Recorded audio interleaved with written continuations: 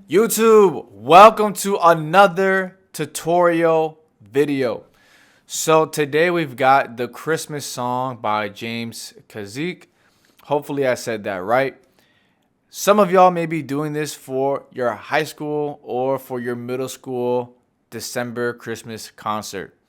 And I wanted to make this video for those who may not be taking lessons or they just want some sort of reference to hear what it sounds like by itself. Again, as always, there are timestamps in the description. You can jump to any part of the video that you've like. So don't have to just listen to the intro, you can skip right to what you're looking for. Now, a couple things before we play through it. One, I will not do vibrato, or I will do my best not to do any vibrato.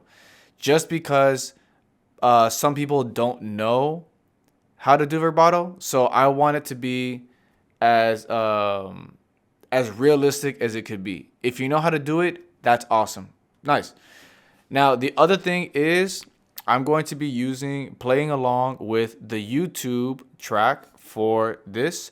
All you have to do is put the Christmas song by James Kazik, and you can just play along with it. That's a great way to practice. All right, let's go ahead and play through this piece.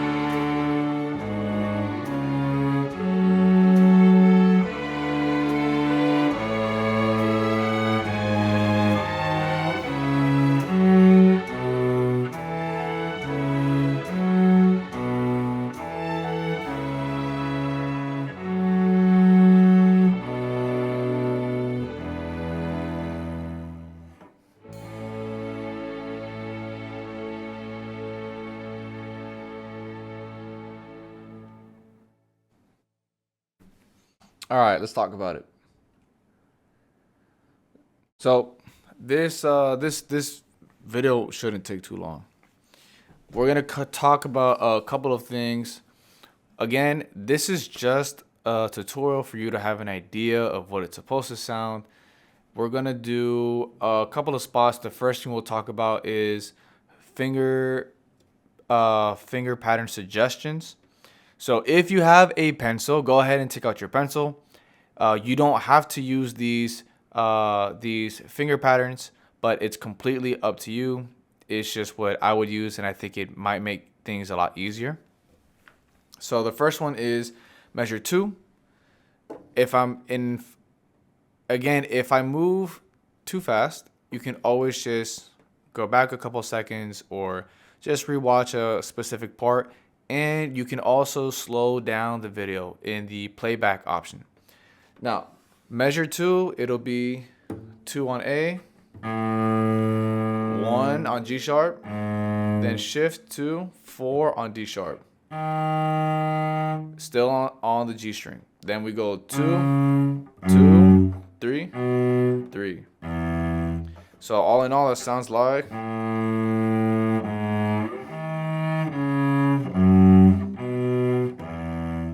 The next part is very similar when you get to measure 9. Measure 9 here.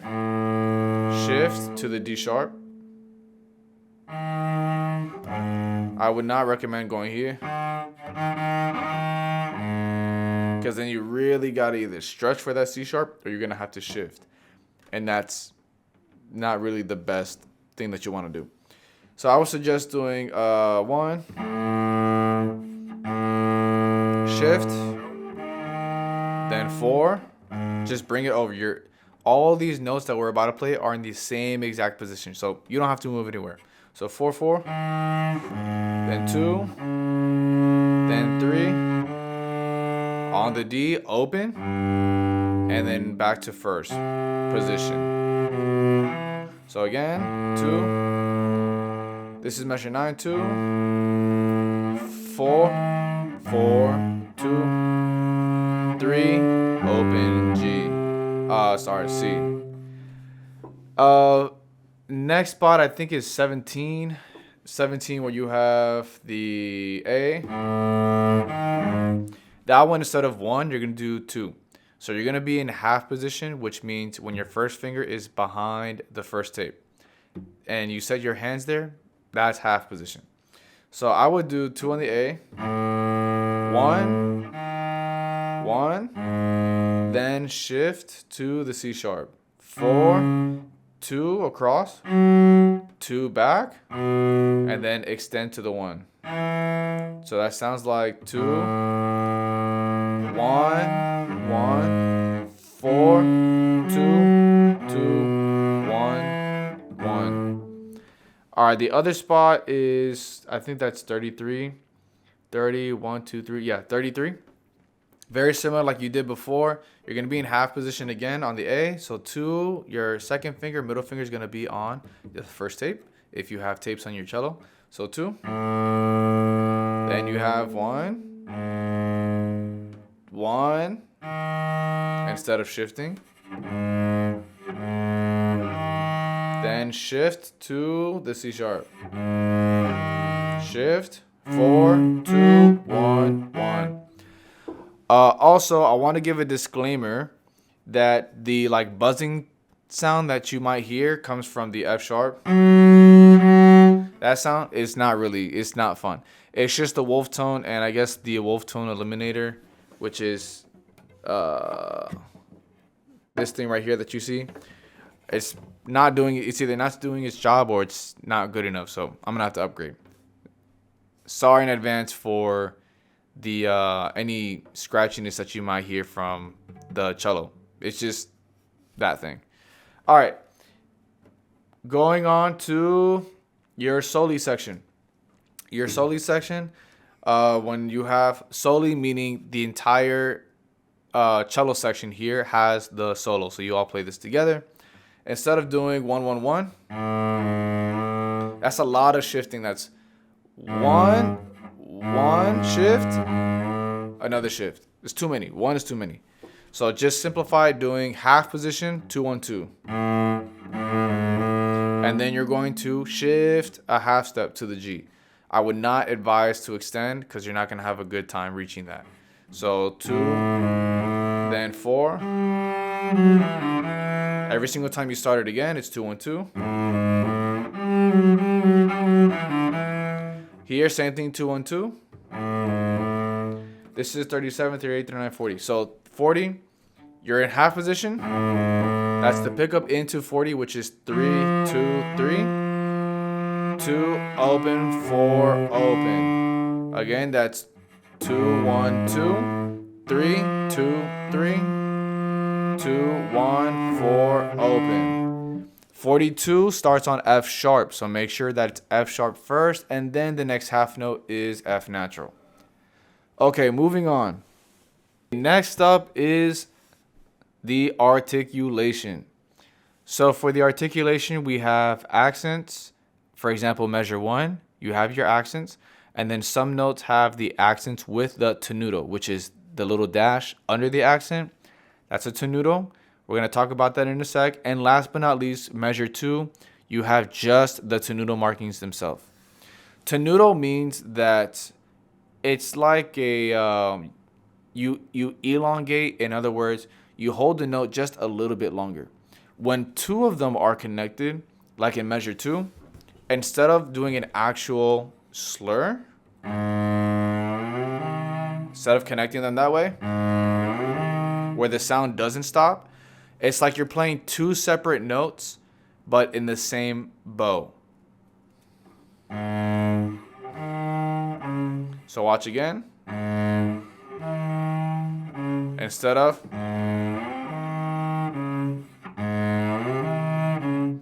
So the way that you do that, there are actually many different ways that you can, but to keep things simple, I'm just going to show you the easiest way. At least I think it's the easiest way. One is where you play the note. And then you just then your bow is gonna kind of like do this thing. It's kind of disappear like a ghost. And then when you have to play the next note, you put weight back onto it. So slow motion, you play the note, keep the bow moving, but now you're going to be very light until you have to get to the next note, and then you put weight back on it.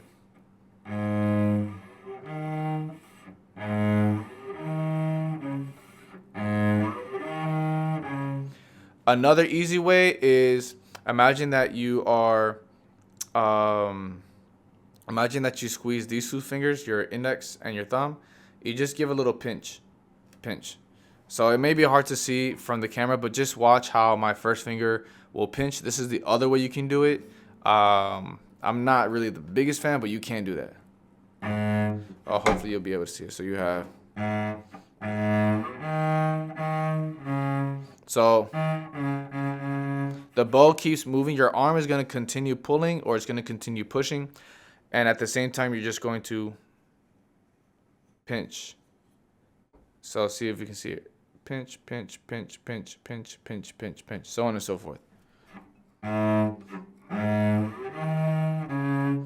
would just suggest the first one. It makes life easy. But that's how you do it. Now, go to the accents of measure 1.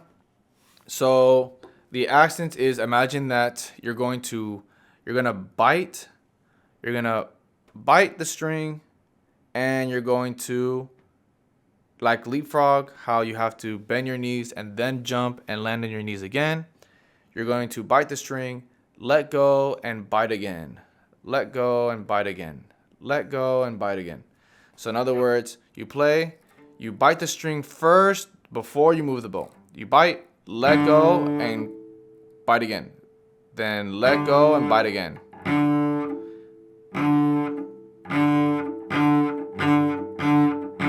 Hey, you stop right there. Do me a favor. While you're watching right now, go ahead, click the like button, click the subscribe button, and put the bell notifications on. Right? More music is going to be coming out. You may be playing it for your concert, and you might miss the fact that I uploaded it. And you're thinking, well, where's the next video? it already came up, but because you didn't have the bell notification on, you missed it. So make sure it's on. And now back to the video. So the way it works is going to be very simple. How it's supposed to sound is,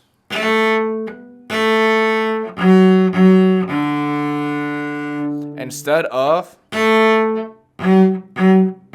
you want to keep the bow moving, keep your arm moving. You're either pulling or you're either pushing, especially when you play the accents with the tenuto on it.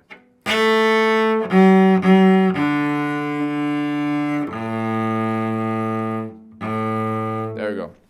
All right. You have that again in measure 49 when you have from the G sharp to the D sharp.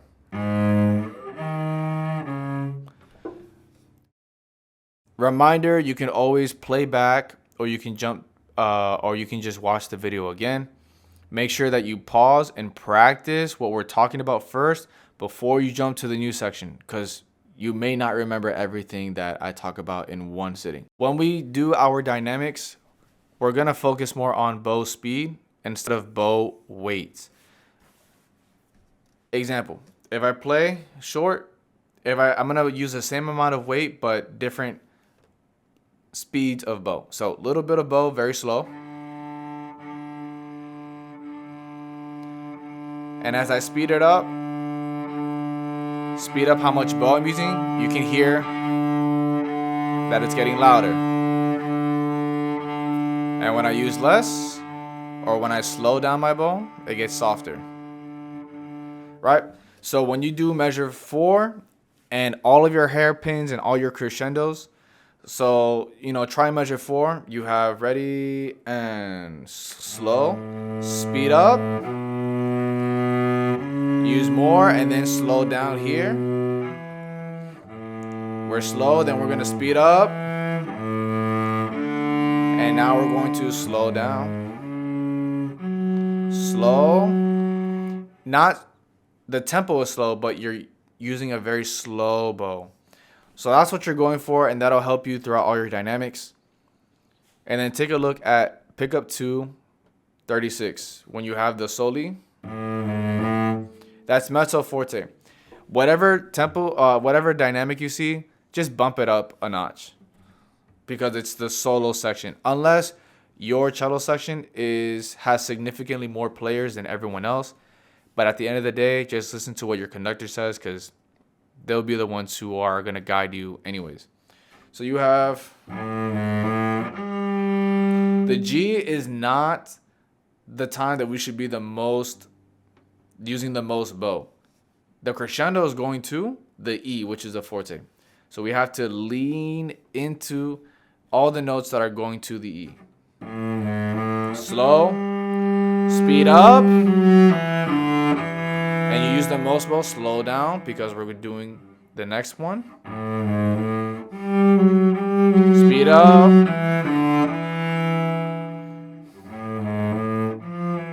And here we're just going to keep it nice and calm. In terms of keep your bow nice and calm, because it's mezzo piano. For measure 3, measure 43, and measure 53. All those 3 measures have the rallentando, which means that you're slowing down. So if you don't have glasses written in your music, or something to let you know to watch the conductor, take the time to do that right now. This is what it sounds like without the rallentando in measure 2 and 3. So measure 2.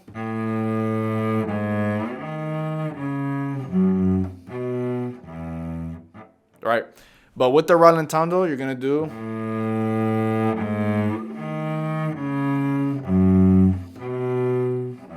You slow down. And when you play this note, you sustain the E that has the fermata until the conductor tells you to go on to the next one. You don't want to back out. If you run out of bow, just change bow. It's not, you shouldn't get in trouble as long as you're sustaining the sound. Okay, so that was it. Guys, I hope that you enjoyed it. I hope that it was helpful and that it serves you well. Happy practicing, and I will see you in the next one. Peace.